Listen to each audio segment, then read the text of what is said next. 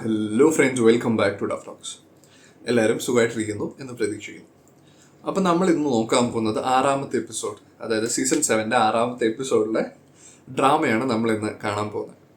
അപ്പം ദിവസം തുടങ്ങുന്നത് ഒരു മധുരക്കിരാവിൻ്റെ ലഹരിയിലേക്കും എന്ന പാട്ട് ബിഗ് ബോസ് അവിടെ പ്ലേ ചെയ്തു. എല്ലാവരും വന്ന് ഡാൻസ് ചെയ്തു. എല്ലാവരും ഭയങ്കര രസമായിട്ട് തന്നെ ഡാൻസ് കളിക്കുന്നുണ്ട്. എസ്പെഷ്യലി രേണുസുതി നല്ല എൻജോയ് ചെയ്ത് നടന്നു വരുന്നതും ഡാൻസ് ചെയ്യുന്നതൊക്കെ നമുക്ക് കാണാം. ഭയങ്കര ഹാപ്പി മൂഡിലാണെന്ന് തോന്നുന്നു പുള്ളിക്കാരി. കുറച്ച് കഴിയുമ്പോഴത്തേക്കും നമ്മൾ കാണുന്ന ഒരു മേക്കപ്പ് ചെയ്യുന്ന ഒരു ഏരിയ ഉണ്ട്. ഒരു ഗ്ലാസ് ഒക്കെ വെച്ചിട്ട് അവിടെ തന്നെ നല്ലൊരു ക്യാമറയൊക്കെ വെച്ചിട്ട് നന്നായിട്ട് കേൾക്കാനും കാണാനും ഫോക്കസ് ചെയ്യാനും സൂം ചെയ്യാനൊക്കെ പറ്റുന്ന ഒരു ക്യാമറയുടെ ഫ്രണ്ടിലാണ് രേണുസുതി ഇരിക്കുന്നത്. അവിടെ രേണുസുതി ഇരുന്നിട്ട് വിഷമം പറയാണ്. എനിക്ക് ഭയങ്കര വിഷമം തോന്നുന്നുണ്ട്. വീട്ടിലാണെങ്കിൽ അമ്മ എന്താ പറയുക, കാപ്പിയും ക്രീം ബിസ്ക്കറ്റും ഒക്കെ തരായിരുന്നു, എനിക്ക് കാപ്പി വേണം ബിഗ് ബോസ് ഇതൊക്കെ പറയുന്നുണ്ട്. അതിനിടയിൽ ഒരു തത്തമ്മേനെ പിടിച്ചിട്ട് തത്തമ്മയുടെ വിഷമം പറഞ്ഞിട്ട് കണ്ണൊന്നുമില്ല അവൻ എന്ത് വിഷമം എന്ന് പറഞ്ഞിട്ട് അതിനെ മാറ്റി വെക്കുന്നു. അത് നിങ്ങൾ ശ്രദ്ധിച്ചറിയാം, ഈ കരഞ്ഞുകൊണ്ടിരിക്കുകയാണ്. അതിൻ്റെ ഇടയിൽ ഈ ഒരു സാധനം വന്നപ്പം അത് മാറ്റി വെക്കുക എന്ന് പറയുന്നതിൽ എന്തോരം ജെനുവിറ്റി ഉണ്ടെന്ന് എനിക്കറിയില്ല. അപ്പോഴത്തേനും പെട്ടെന്ന് ആ ഒരു കരച്ചിൽ എന്ന് പറയുന്ന ഒരു സാധനം അങ്ങ് മാറിപ്പോയി. പിന്നെ അതിൻ്റെ അകത്ത് എടുത്തു പറയുന്ന ഒരു കാര്യമാണ്, ബാത്റൂമിൽ ഇരുന്ന് പോലും എനിക്ക് കരയാൻ പറ്റില്ല. കാര്യം എന്താണെന്ന് വെച്ചാൽ അവിടെ എത്ര നേരം പറഞ്ഞിരിക്കും, ബാക്കിയുള്ളവർക്കൊക്കെ ബാത്റൂമിൽ പോണ്ടേ എന്നുള്ള ഒരു സാധനമാണ്. അതായത് കാരണം ഒരാൾക്ക് കരയണമെങ്കിൽ അത് ആരെയും കാണിക്കാതെ കരയണം എന്നുണ്ടെങ്കിൽ ആ ഒരു സ്ഥലം നോക്കിയിട്ടായിരിക്കും കരയുക, അല്ലേ? ഈ ഒരു ബിഗ് ബോസ് ഹൗസിലാണെങ്കിൽ മിക്കവാറും ഒരു കിടക്കയിലായിരിക്കും, ഒരു ബെഡ്ഷീറ്റ് വല്ല മൂടിയിട്ടായിരിക്കും, അല്ലെങ്കിൽ ചരിഞ്ഞ് കിടന്നിട്ടായിരിക്കും കരയുന്നത്. അല്ലാതെ നല്ല പൊസിഷനിൽ കാലൊക്കെ ഇങ്ങനെ വെച്ച് നല്ല വിശാലമായിട്ട് കണ്ണാടിയുടെ മുമ്പിൽ പോയിരുന്ന് കരയേണ്ട ആവശ്യമുണ്ടോ? അതായത് തൊട്ട് ഫ്രണ്ടിൽ ക്യാമറ ഉണ്ട്. ആ ക്യാമറ രേണുവിൻ്റെ അടുത്തോട്ട് വരുന്നുണ്ട്. അത് സൂം ചെയ്യുന്ന എല്ലാം കാണുന്നുണ്ട് രേണുസുതി. എന്നിട്ടാണ് ഇതൊക്കെ സംസാരിക്കുന്നത്. അല്ലാതെ ഞാൻ ഇമോഷണൽ കാർഡൊന്നും ഇറക്കുന്നതല്ല, അതൊന്നും അല്ല ഇത്. അങ്ങനെയാണെങ്കിൽ ഇവിടെ ആരും ഇല്ലാത്തതുകൊണ്ട് തന്നെ ഞാൻ ഇമോഷണൽ കാർഡ് ഇറക്കുന്നതൊന്നും അല്ല എന്ന് പറഞ്ഞിട്ടാണ് പുള്ളിക്കാരി അവിടെ ഇരുന്ന് കരയുന്നത്. അതിൻ്റെ ഇടയിൽ ക്യാമറയിലോട്ട് നോക്കുന്നത് നമുക്ക് കാണാൻ പറ്റും. എഡിറ്ററിൻ്റെ മിസ്റ്റേക്ക് ആണോ അതോ എഡിറ്റർ ഇട്ട് തന്നതാണോ എന്നറിയില്ല. ഒന്ന് ശ്രദ്ധിച്ചു നോക്കിയാൽ നമുക്കറിയാം. ഇങ്ങനെ അത് ക്യാമറയിലേക്ക് നോക്കുന്നതായിട്ട് കാണാം. അതായത് ക്യാമറ ഫോക്കസ് ചെയ്യുന്നുണ്ടോ, അത് എടുക്കുന്നുണ്ടോ, എടുക്കുന്നുണ്ടോ എന്നുള്ള ഒരു കൺഫർമേഷന് വേണ്ടിയിട്ട് പുള്ളിക്കാര് നോക്കുന്നതാണ്. അതായത് ഒരു കാര്യം മനസ്സിലാക്കുക, ഇതുവരെ രേണുസുതി ഒന്നും ഇത്ര ഇമോഷണൽ അങ്ങനത്തെ ഒരു പരിപാടി പിടിച്ചിട്ടില്ല. രേണുവിനൊരു കാര്യം മനസ്സിലായി, മോനെ ഇവിടെ എല്ലാവരും നല്ല ഉഗ്രൻ ഗെയിമേഴ്സാണ്. ഗെയിമേഴ്സ് ഇൻ ദ സെൻസ് ഉടായ്പ് കാണിച്ചിട്ടും കോണ്ടന്റ് ക്രിയേറ്റ് ചെയ്യുക എന്നൊരു, പണ്ടത്തെ സീസൺസ് ഒന്നും ഇങ്ങനെ കോണ്ടന്റ് ഇത്രയും അധികം പമ്പ് ചെയ്യുന്ന ഒരു സീസൺ ഉണ്ടായിരുന്നു എന്ന് തോന്നുന്നില്ല. കാര്യം ഈ പ്രാവശ്യം വന്നേക്കുന്ന എല്ലാവരും എനിക്ക് തോന്നി ഇത് മൊത്തം കണ്ട് കലക്കി കുടിച്ച് എങ്ങനെ കോണ്ടന്റ് ക്രിയേറ്റ് ചെയ്യാം, എങ്ങനെ ആൾക്കാരെ ട്രിഗർ ചെയ്യാം എന്ന് മനസ്സിലാക്കിയിട്ട് വന്ന ടീംസാണ്. അപ്പോൾ രേണു നോക്കുമ്പോൾ രേണുവിന് കോണ്ടന്റ് അത്രയ്ക്ക് കിട്ടുന്നില്ല എന്നൊരു ഡൗട്ടുണ്ട്. കാരണം ബാക്കിയുള്ളവർ ഇത്രയും അലമ്പുണ്ടാക്കുന്നുണ്ട്. അപ്പോൾ രേണു ഒരു സാധനം ക്രിയേറ്റ് ചെയ്യണം എന്നുള്ളതുകൊണ്ടായിരിക്കും രാവിലെ തന്നെ ഈ ഒരു കരച്ചിൽ പരിപാടി പുള്ളിക്കാരി തുടങ്ങി വെച്ചത്. എന്തായാലും നല്ല കാര്യം, ഒരു സ്ക്രീൻ സ്പേസ് പുള്ളിക്കാരി കിട്ടിയിട്ടുണ്ട്. അത് കഴിഞ്ഞിട്ട് അനീഷുമായിട്ട് ചെറിയ ഉടക്ക് ലൈനിലോട്ട് പോകണം. അതായത് പുള്ളിക്കാരി കിടന്ന് ഉറങ്ങി എന്നുള്ള രീതിയിൽ ഉറങ്ങി. അനീഷ് പറയുന്നത് ശ്രദ്ധിച്ച് നോക്കി അറിയാം. അനീഷ് പറയുന്നത് കണ്ണടച്ചിരുന്നു. ഇത് മാത്രമേ അനീഷ് പറയുന്നുള്ളൂ. ഉറങ്ങി എന്ന വാക്ക് പറയുന്നതായിട്ട് നമ്മൾ കേൾക്കുന്നില്ല. ഇനിയിപ്പോൾ ലൈവിൻ്റെ അകത്ത് ഉണ്ടായിരുന്നോ എന്നറിയില്ല, നമ്മൾ മറ്റൊരു പോർഷനാണല്ലോ സംസാരിക്കുന്നത്. അപ്പം അതിൻ്റെ അകത്ത് രേണു ഇല്ല എന്ന് പറഞ്ഞ് രേണു കിടന്ന് കീറുന്നുണ്ട്. ബേസിക്കലി ഇത്രയേ ഉള്ളൂ. ഒറ്റ കാര്യം ചോദിച്ചാൽ മതി, ഞാൻ കണ്ണടച്ചു പക്ഷെ ഞാൻ ഉറങ്ങിയില്ല എന്ന് പറഞ്ഞ് ഈ സാധനം തീരുന്നു. ടക്ക്, ഇറ്റ്സ് ഡൺ. പക്ഷെ രേണു അത് അങ്ങനെ തീർക്കാനായിട്ട് ആഗ്രഹിക്കുന്നില്ല. അതുകൊണ്ടാണ് രേണു അതിനെ ഭയങ്കരമായിട്ട് എലിവേറ്റ് ചെയ്ത് ഇല്ല എന്ന് പറയുന്നതും. Aneesh is A brilliant player. അവൻ പറയുന്നതോ ഇവള് കണ്ണടച്ചു എന്ന് മാത്രമേ പറയുന്നുള്ളൂ. അതിൻ്റെ ഇടയിൽ നമ്മുടെ വക്കീൽ വരുന്നുണ്ട്. വക്കീൽ വന്നിട്ട് പറയുന്നുണ്ട്, അങ്ങനെയാണെങ്കിൽ എന്തുകൊണ്ട് പട്ടി ഉരച്ചില്ല എന്ന് ചോദിക്കൂ എന്നൊക്കെ പറഞ്ഞിട്ട് രേണുവിനൊരു സപ്പോർട്ടും പരിപാടികളും കൊടുക്കുന്നുണ്ട്.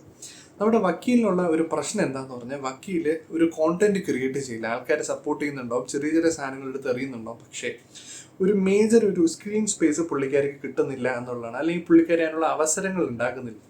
പുള്ളിക്കാരി ആയിരിക്കും ഇതൊക്കെ ചുമ്മാ കിടന്ന് അലമ്പുന്നതിൻ്റെ ഇടയിൽ ഞാനും കൂടെ പോയി അലമ്പുന്നതിൻ്റെ ആവശ്യം എന്താണ് എന്നൊരു തോട്ടിലായിരിക്കും വക്കീലിരിക്കുന്നത്. പക്ഷെ ആ ഒരു സ്ക്രീൻ സ്പേസ് വക്കീലിന് കിട്ടുന്നില്ല. അത് ബാക്കി എല്ലാവരും യൂസ് ചെയ്യുന്നുണ്ട്. അതിൻ്റെ ഇടയിൽ ഒരു ആർഗ്യുമെന്റിൽ സോൾവ് ആയിട്ട് വന്നിട്ട് അനീഷ് ആണെങ്കിൽ നീ എന്നൊക്കെ വിളിക്കുന്നുണ്ട്. രേണു നീ എന്നൊക്കെ പറയുന്നുണ്ട്. അപ്പം രേണു ഒഫൻഡഡ് ആവുന്നുണ്ട്. എന്നെ രേണു സുധി എന്ന് വിളിച്ചാൽ മതി, ഇംഗ്ലീഷൊക്കെ പറയുന്നുണ്ട്. കോൾ മീ രേണു സുധി എന്നൊക്കെ പറയുന്നുണ്ട്. അനീഷ് ചോദിക്കുന്നുണ്ട് ആരാണ് സുധി? എന്നെ ആലോചിച്ചു, ഒരാളുടെ ഫുൾ നെയിം പറയാണ്, my name is so and so. അപ്പോൾ എൻ്റെ ഒരു നെയിമാണ് എന്നുണ്ടെങ്കിൽ ഇത് ആരാണ് എന്ന് ചോദിക്കുന്നതിൻ്റെ ഭാഗമായിട്ട് അനീഷ് ചോദിക്കുകയാണ്, മേ ബി അനീഷിന് അറിയാമായിരിക്കും ഇതാരാണ്, രേണു ആരാണ്, ശ്രുതി ആരാണ്, ഇവരെക്കുറിച്ചൊക്കെ ഉറപ്പായിട്ടും അനീഷിന് അറിയായിരിക്കും. കാര്യം അനീഷ് ഒരിക്കലും എന്താ പറയുക സോഷ്യൽ മീഡിയയിലൊന്നും ആക്റ്റീവ് അല്ലാത്ത ഒരാളാണെന്ന് തോന്നുന്നില്ല. കാരണം ഒരു ഇൻ്റർവ്യൂവറിനെ ഉൾപ്പെടെയുള്ള ആൾക്കാരുടെ ഡീറ്റെയിൽസ് പുള്ളിക്കാൻ അറിയാം. പുള്ളിക്കാരൻ വിട്ട് പറയുന്നില്ലെങ്കിലും പുള്ളിക്കാരൻ്റെ പ്രവൃത്തി, പുള്ളിക്കാര് ചോദിക്കുന്ന ഒരു ചോദ്യം, ഇതിനു മുമ്പ് ഷാരിക്കയുടെ കൂടെ ഒരു സംഭവം വന്നിട്ടുണ്ടായിരുന്നു. അതായത് ഇൻ്റർവ്യൂ എടുത്തിട്ട് ആൾക്കാരെ പറ്റിക്കുന്നു എന്നൊക്കെ ഉള്ളൊരു സാധനം വന്നിട്ടുണ്ട്. അത് ചോദിക്കുന്നത് ആരാണ്? അനീഷാണ്. അതുപോലെ തന്നെ അനുമോള് കയറി വരുമ്പോൾ ആരാ മനസ്സിലായില്ല എന്ന് പറയുന്നതും, പിന്നെ മറ്റേ വണ്ണം ഇതിൽ കൂടുതൽ തോന്നുന്നുണ്ട്, സ്ക്രീനിൽ കുറവാണെന്നൊക്കെ തോന്നുന്ന രീതിയിൽ സംസാരിച്ചിട്ടുണ്ട്. വിച്ച് മീൻസ് അനീഷിനറിയാം ആരാണ് രേണു, ആരായിരുന്നു ശ്രുതി, അല്ലെങ്കിൽ ഇവരുടെ സംഭവങ്ങൾ കാര്യങ്ങൾ മൊത്തം അനീഷിനറിയാം. പക്ഷേ അനീഷിന് അവിടെ ജയിക്കുക എന്നുള്ളതാണ്, ആ ഒരു കോൺവെർസേഷനാണ്, ഈ ഒരു ഡിബേറ്റിൽ ജയിക്കണം എന്നുള്ളതുകൊണ്ടാണ് അനീഷ് ഒരു സിമ്പിൾ ക്വസ്റ്റ്യൻ ചോദിക്കുന്നത്, ആരാണ് ശ്രുതി.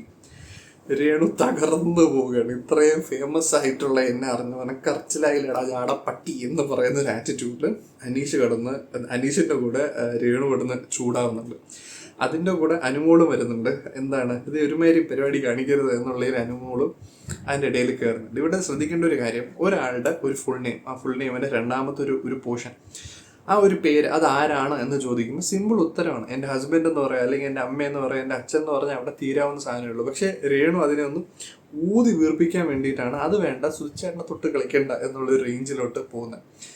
ഉറപ്പാണ് ഇനി തൊട്ട് രേണു ശ്രുതി വേറെ റേഞ്ച് കളി കളിക്കും. കാരണം പുള്ളിക്കാരിക്ക് മനസ്സിലായി സ്ക്രീൻ സ്പേസ് വേണോ അലമ്പുന്നത് മസ്റ്റാണ്. അതുകൊണ്ട് തന്നെ നിർബന്ധമായിട്ട് രേണു ശ്രുതി ഇനി അലമ്പും. ആ ഒരു ആർഗ്യുമെന്റിൽ കംപ്ലീറ്റ്ലി അനീഷനാണ് ജയിക്കുന്നത്. കാര്യം നീ എന്ന് വിളിക്കരുത് എന്ന് പറയുന്നുണ്ടെങ്കിലും വരട്ടാൻ നോക്കുന്നുണ്ട് രേണു. പുള്ളിക്കാരി നിന്നെ എന്നൊക്കെയുള്ള ഒരു കൈൻഡ് ഓഫ് ഒരു സാധനമൊക്കെ പുള്ളിക്കാരി ഇറക്കി വിടുന്നുണ്ട്. പക്ഷെ അനീഷ് അതിനെയൊക്കെ പ്രോപ്പർലി അത് ഹാൻഡിൽ ചെയ്യുന്നുണ്ട്. ഒരുപാട് എന്താ പറയുക ദേഷ്യപ്പെടുന്ന രീതിയിലല്ലാതെ ഒരു സംയമനം പാലിച്ചുകൊണ്ട് തന്നെ രേണുവിനെ നന്നായിട്ട് ഡിഫെൻഡ് ചെയ്യുന്നുണ്ട്.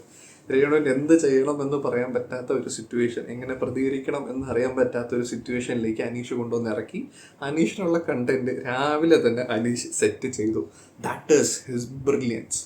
അക്ബർ ഖാൻ ആണെങ്കിൽ ഈ പ്രാവശ്യത്തെ ഒരു പണിപ്പുരയിൽ കയറാനുള്ള അവസരം അക്ബർ ഖാനാണ് കിട്ടുന്നത്. പുള്ളിക്കാരൻ ഒരു ഗെയിം കളിച്ച് പുള്ളിക്കാരൻ അത് ഏൺ ചെയ്തിട്ടുണ്ട്. അപ്പോൾ ബിഗ് ബോസ് പറയുന്നുണ്ട് ഈ പ്രാവശ്യം അക്ബർ ഖാന് വേണ്ടിയിട്ടുള്ള സാധനങ്ങൾ മാത്രമേ ഉള്ളൂ, അല്ലാതെ ഗ്രോസറി എന്ന് പറയുന്ന സാധനങ്ങളൊന്നുമില്ല. അപ്പോൾ അതിൻ്റെ അകത്ത് അക്ബർ ഖാനോട് പറയുന്നുണ്ട് പൊറോട്ട അങ്ങനെയൊക്കെയുള്ള സാധനം അക്ബർ ഖാന് കഴിക്കാനുള്ള സാധനങ്ങളൊക്കെയാണുള്ളത്. മട്ടൻ കറി, പൊറോട്ട, ബർഗർ അങ്ങനെയുള്ള സാധനങ്ങളൊക്കെയാണ് ഉള്ളതെന്ന് പറയുന്നുണ്ട്. അപ്പോൾ അക്ബർ ഖാനെ എല്ലാവരും ഉറ്റുനോക്കുന്നതാണ്. അതിന് മുമ്പ് തന്നെ ബെന്നി നേരത്തെ അക്ബർ ഖാനോട് പറഞ്ഞിട്ടുണ്ടായിരുന്നു നമുക്ക് കഴിക്കാനുള്ള സാധനങ്ങളൊന്നും ഇല്ല, ഓൾമോസ്റ്റ് തീരാറായിട്ടുണ്ട്, അപ്പോൾ കുറച്ച് ഗോതമ്പ് മാവെങ്കിലും പോകുമ്പോൾ എടുക്കണമെന്ന് തലേ ദിവസം, അതായത് ഇന്നലെ പറഞ്ഞിട്ടുണ്ടായിരുന്നു. അപ്പോൾ അതൊക്കെ മെൻഷൻ ചെയ്തിട്ടുണ്ടായിരുന്നു ബിഗ് ബോസ്. അപ്പോൾ അതായിട്ട് അക്ബർ ബാനിനെ വരുന്നുള്ളൂ. അക്ബർ ഖാൻ കയറുന്നുണ്ട്. കയറിയിട്ട് ഒരുവിധം പെട്ടെന്ന് കിട്ടുന്ന സാധനങ്ങളൊക്കെ പുള്ളിക്കാരൻ ഓൾമോസ്റ്റ് ഒരു 20 സെക്കൻഡാണ് കൊടുത്തിരുന്ന ടൈം. 550 പോയിന്റ്സ് ആയിരുന്നു. അപ്പോൾ അക്ബർ ഖാൻ ആണെങ്കിൽ ഒരു ആദ്യത്തെ ഒരു 10 സെക്കൻഡ്സ് പോലും എടുത്തില്ല, 6-7 സെക്കൻഡ്സിൽ പുള്ളിക്കാരൻ കുറച്ച് സാധനങ്ങൾ എടുത്തു, പുറത്തേക്ക് ഇറങ്ങി. അപ്പോൾ ബാക്കിയുള്ളവരൊക്കെ പുറത്തുനിന്ന് ഷൗട്ട് ചെയ്തിട്ട് കയറി ഒന്നും കൂടി കയറി എന്നുള്ളത്. അപ്പം അക്ബർ ഖാൻ ഓൾമോസ്റ്റ് അത് ഒരു ഫിഗർ ഒന്ന് കൗണ്ട് ചെയ്തിട്ടാണ് ഇറങ്ങിയെന്നാണ് തോന്നുന്നത്, പോയിന്റ്സും കാര്യങ്ങളൊക്കെ. പുറത്തിറങ്ങി വന്നിട്ട് അനീഷാണല്ലോ ക്യാപ്റ്റൻ. അപ്പം അനീഷ് അത് എന്താ പറയുക എണ്ണി നോക്കുമ്പോഴത്തേനും 600 and something 700 ആ റേഞ്ചിൽ വരുമ്പോൾ അനീഷ് പറയുന്നുണ്ട് ഇത് കൂടുതലാണ്, അപ്പം നമുക്കിതൊന്നും കിട്ടുമെന്ന് തോന്നുന്നില്ല, ഇതെല്ലാം തിരിച്ചുകൊണ്ട് വെക്കേണ്ടി വരും എന്ന് ചിരിച്ചുകൊണ്ട് പറയുകയാണ് അനീഷ്. അവിടെയും അനീഷിൻ്റെ ബ്രില്യൻസ് നമ്മൾ കാണണം. കാരണം ഈ ഒരു സാധനം ഇങ്ങനെ ഒരു സംസാരം പറഞ്ഞു കഴിഞ്ഞാൽ, അതായത് എന്താ പറയുക, ബിഗ് ബോസ് ഇത് കൊണ്ടുപോകാനാണ് 99% ചാൻസ്. കഴിഞ്ഞ പ്രാവശ്യം അതുപോലെയായിരുന്നു, കൂടുതൽ പോയിന്റ്സിൽ വന്നപ്പം സാധനങ്ങൾ തിരിച്ചു കൊണ്ടുപോയി. അപ്പം ഈ അനീഷ് ഈ ഒരു സാധനം പറഞ്ഞു കഴിഞ്ഞിട്ടാണ് ബിഗ് ബോസ് പറയുന്നത് ഇതെല്ലാം തിരിച്ചു കൊണ്ടുപോയി വെക്കുക എന്ന് പറയുന്നുണ്ടെങ്കിൽ അനീഷിനൊരു അപ്പർ ഹാൻഡ് പോലെ വരും. ഞാൻ പറഞ്ഞില്ലേ അപ്പോഴേ ബിഗ് ബോസ് അത് തിരിച്ചെടുക്കുന്നു, അതിനൊക്കൊന്നും വിവരമില്ല എന്നുള്ള രീതിയിൽ അനീഷിനെ പ്രസൻറ്റ് ചെയ്യാൻ പറ്റും. ഈ ഒരു തോട്ടിൻ്റെ ഭാഗമായിട്ടാണ് അനീഷ് പറയുന്നത് ഇതെല്ലാം ഇപ്പോൾ ബിഗ് ബോസ് കൊണ്ടുപോകണം എന്നുള്ളതാണ്, അല്ലെങ്കിൽ കൊണ്ടുപോകും എന്നുള്ളതാണ് എൻ്റെ അഭിപ്രായം. കാരണം ഇത് പോയിന്റ്സ് കൂടുതലാണെന്ന് ഇത് അവിടെയുള്ള എല്ലാവർക്കും അറിയാം. പക്ഷെ അനീഷ് എന്തുകൊണ്ട് പറഞ്ഞു, പുള്ളിക്കാരനെ ഒരു സ്ക്രീൻ സ്പേസ് കിട്ടാനും പുള്ളിക്കാരൻ പറയുന്നത് സ്ട്രോങ് ആണെന്നും പവർഫുൾ ആണെന്നും ഒരു തോട്ട് എല്ലാം ഒപ്പിക്കാൻ വേണ്ടിയിട്ടാണ്. അത് പുള്ളിക്കാരന് ചെയ്യാൻ പറ്റിയിട്ടുണ്ട്. അതുപോലെ തന്നെ അവിടെ ചെറിയൊരു ഉടക്കം വരുന്നുണ്ട്. അപ്പാണി ശരത്തൊക്കെ തന്നെ ഉടക്കുന്നുണ്ട് നല്ല രീതിയിൽ. പിന്നെയും അനീഷിന് സ്ക്രീൻ സ്പേസ് കിട്ടുന്നു. പക്ഷേ ബിഗ് ബോസ് ഈ പ്രാവശ്യം എനിക്കറിയില്ല അനീഷ് അങ്ങനെ പറഞ്ഞുകൊണ്ടാണോ അതല്ല പാവകളല്ലേ എന്ന് വിചാരിച്ചാണോ എന്നറിയില്ല, എക്സ്ട്രാ പോയിന്റ്സ് ഉള്ള സാധനങ്ങൾ മാത്രം തിരിച്ചുകൊണ്ട് വയ്ക്കുക, ബാക്കിയെല്ലാം അവർക്ക് യൂസ് ചെയ്യാം എന്ന് പറഞ്ഞിട്ടുണ്ട്. അത് കഴിഞ്ഞിട്ട് നമ്മൾ കാണുന്നത് ഒനിൽ സാബു ആദ്യമായിട്ട് ബിഗ് ബോസ് ഹൗസിൽ കയറി കഴിഞ്ഞിട്ട് ഒരാളുടെ കൂടെ ഉടക്കുന്നതാണ്. അത് വേറെ ആരുമായിട്ടല്ല, ഏറ്റവും ജൂനിയർ ആയിട്ടുള്ള റെന ഫാത്തിമയുടെ കൂടെയാണ്. അതായത് ഫുഡ് ബേസ്ഡ് എന്തോ സാധനങ്ങൾ പറയുന്നുണ്ട്, നിങ്ങൾക്ക് എന്താണ് കഴിവ്, നിങ്ങൾ എന്ത് ചെയ്യുന്നു എന്നൊക്കെയുള്ള രീതിയിൽ ഒരു സംസാരം വരുന്നുണ്ട്. അവിടെ ടു ബി ഓണസ്റ്റ് നന്നായിട്ട് ഒനിയിൽ പിടിച്ചു നിന്നല്ല, ഒനിയിലാണ് എന്താ പറയുക ഡോമിനേറ്റ് ചെയ്ത്. റെന ഫാത്തിമയ്ക്ക് അത്ര നന്നായിട്ട് പെർഫോം ചെയ്യാൻ പറ്റിയിട്ടില്ല എന്ന് തോന്നുന്നു. അതുപോലെ തന്നെ കുറച്ച് കഴിഞ്ഞപ്പോഴത്തേനും ഒരു ആർഗ്യുമെൻ്റ് ഇടയിൽ നീ നീ നീ രണ്ടുപേരും അങ്ങോട്ടും ഇങ്ങോട്ടും എടാ പോടാ എന്നൊക്കെയുള്ള സാധനങ്ങൾ പറയുന്നുണ്ട്. റെന കയറിയിട്ട് പോടാ പോടാ പോടാ പോടാ എന്നൊക്കെ പറയുന്നുണ്ട്. അപ്പോഴത്തേന് അനുമോൾ ഇടയ്ക്ക് കയറിയിട്ട് പറയുന്നുണ്ട് അത് ശരിയല്ല, പ്രായത്തിന് മൂത്ത ആളുടെ കൂടെ അങ്ങനെ സംസാരിക്കുന്നത് ശരിയല്ല എന്നൊക്കെ പറഞ്ഞിട്ട് അനുമോളും വരുന്നുണ്ട്. അതിൻ്റെ ഭാഗമായിട്ടാണെന്ന് തോന്നുന്നു റെനയ്ക്ക് ഒറ്റപ്പെടുത്തുന്ന ഒരു ഫീല് പുള്ളിക്കാരിക്ക് തോന്നി. റെനയ്ക്ക് മുനയിൽ സ്ട്രോങ് ആയിട്ട് തന്നെ നിന്ന് സ്ട്രോങ് ആയിട്ട് ഡിഫെൻഡ് ചെയ്തു റെന പറയുന്ന എല്ലാ കാര്യങ്ങളും. റെന അത് കഴിഞ്ഞിട്ട് നല്ലൊരു കരച്ചിൽ കാഴ്ചവെക്കുകയും ചെയ്തു. അപ്പോൾ ഈ ഒരു എപ്പിസോഡിൻ്റെ ഏറ്റവും വലിയ പ്രത്യേകത എന്ന് പറഞ്ഞാൽ ഒരുവിധം മിക്ക ആൾക്കാരെന്ന് പറയുന്നില്ല, എന്നാലും 2-3 കൂടുതൽ ആൾക്കാർ കരഞ്ഞ ഒരു എപ്പിസോഡ്, അല്ലെങ്കിൽ ഒരുപാട് സീൻ ക്രിയേറ്റ് ചെയ്യപ്പെട്ട ഒരു എപ്പിസോഡ് എന്ന് പറയാം. അതായത് ഇതിൻ്റെ അകത്ത് ഇപ്പോൾ ഫസ്റ്റ് തന്നെ തുടങ്ങിയതാണ് ഞാൻ പറഞ്ഞിട്ടുണ്ടായിരുന്നു, രേണു സുധി ഒരു നല്ലൊരു കരച്ചിൽ കാഴ്ചവെച്ചു. അത് കഴിഞ്ഞിട്ട് ഇപ്പോൾ റെന കരഞ്ഞിട്ടുണ്ട്.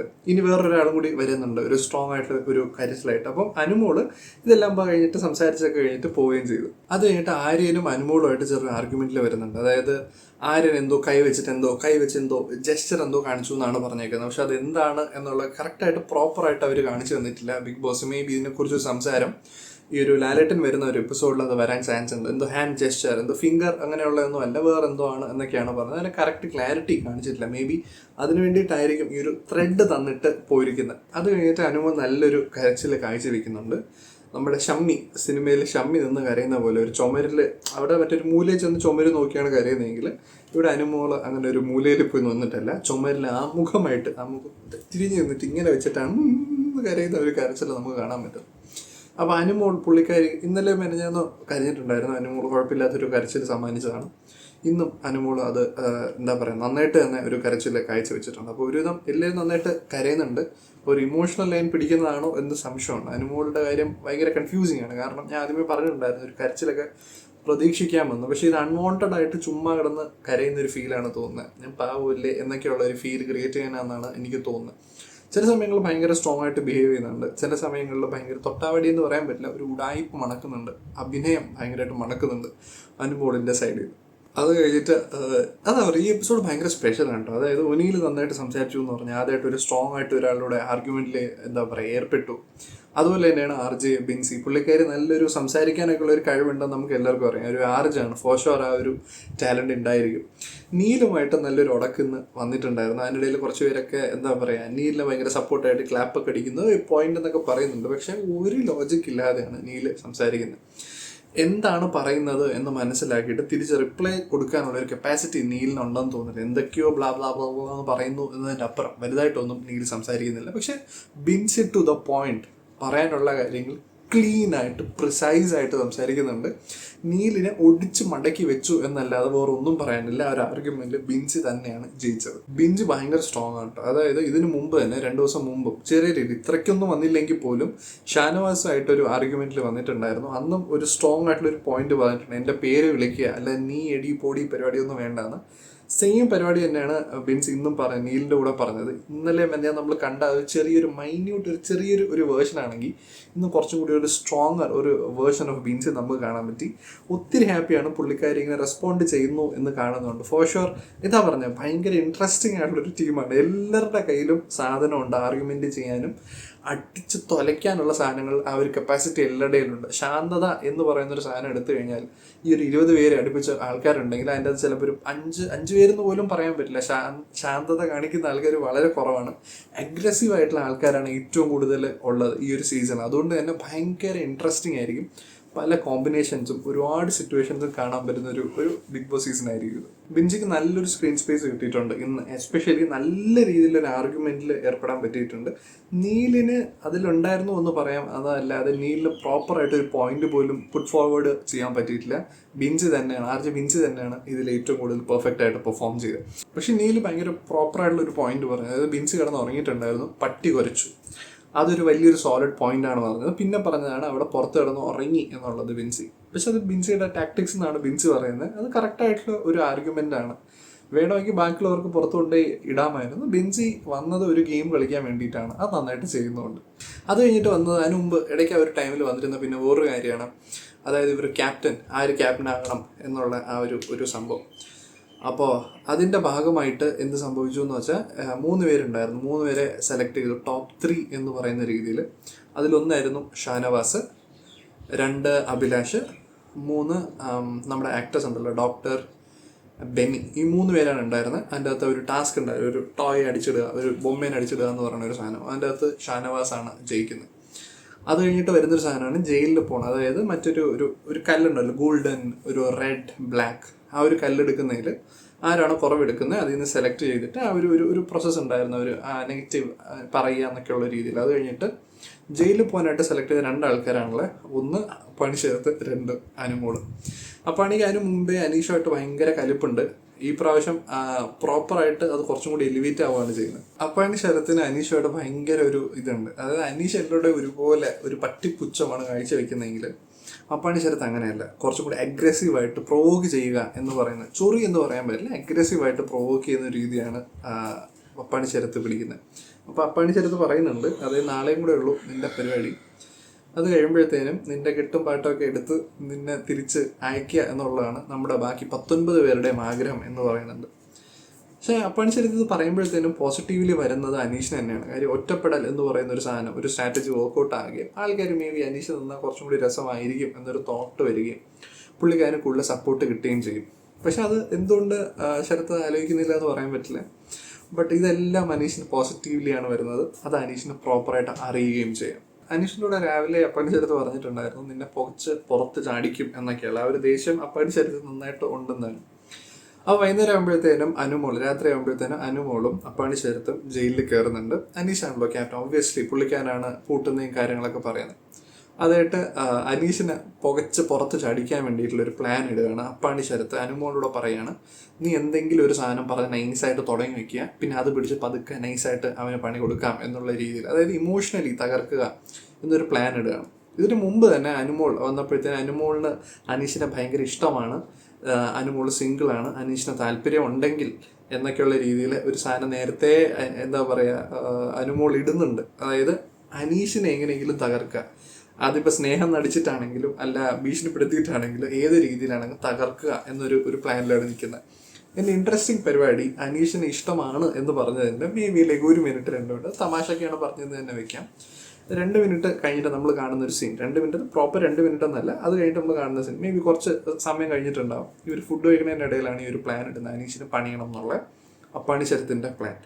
അത് കഴിഞ്ഞിട്ട് അണുന്നേ വരുന്നുള്ളൂ. അനുമോളിലാണെങ്കിൽ അവിടെ നിന്ന് പറയുന്നുണ്ട്, നീ ജസ്റ്റ് ഒന്ന് തുടങ്ങി ഇട്ടാൽ മതി, ബാക്കി ഞാൻ പിടിക്കാം എന്നുള്ള രീതിയിൽ പറഞ്ഞിട്ട് വക്കീലിൻ്റെ കൂടെ പറയുന്നുണ്ട്. അനുമോൾ വിളിക്കുന്നു, അതായത് അനീഷ് എന്നേ വിളിക്കും, അനീഷ് ചേട്ടൻ എന്ന് വിളിക്കില്ല, അതുകൊണ്ട് അനീഷിനെ ഒന്ന് വിളിക്കുന്നു എന്ന് അപ്പാണി ശരത്ത് പറഞ്ഞു വിടുന്നു. അനീഷ് വരുന്നു. നീ എന്തിനാണ്, നിലപാടില്ലാത്ത ഒരാളാണ്, ഒരു കൈ അകലെ മാറ്റി നിന്ന് സംസാരിക്കാൻ പാടുള്ളൂ എന്നൊക്കെയുള്ള ഒരു കോൺവെർസേഷൻ ട്രിഗർ ചെയ്യാണ് അപ്പാണി ശരത്ത്. അപ്പോൾ അപ്പാണി ശരത്തിൻ്റെ ഒരു പ്ലാനിങ് എന്ന് വേണം നമ്മളത് അതിന് കാണാനുള്ളത്. അപ്പോൾ അത് കഴിഞ്ഞിട്ട് അനുമോളുമായിട്ട് സംസാരിക്കുന്നുണ്ട്. അനുമോൾ കുഴപ്പമില്ലാത്ത രീതിയിൽ ഒരു കരച്ചിൽ അവിടെ കാഴ്ചവെക്കുന്നുണ്ട്.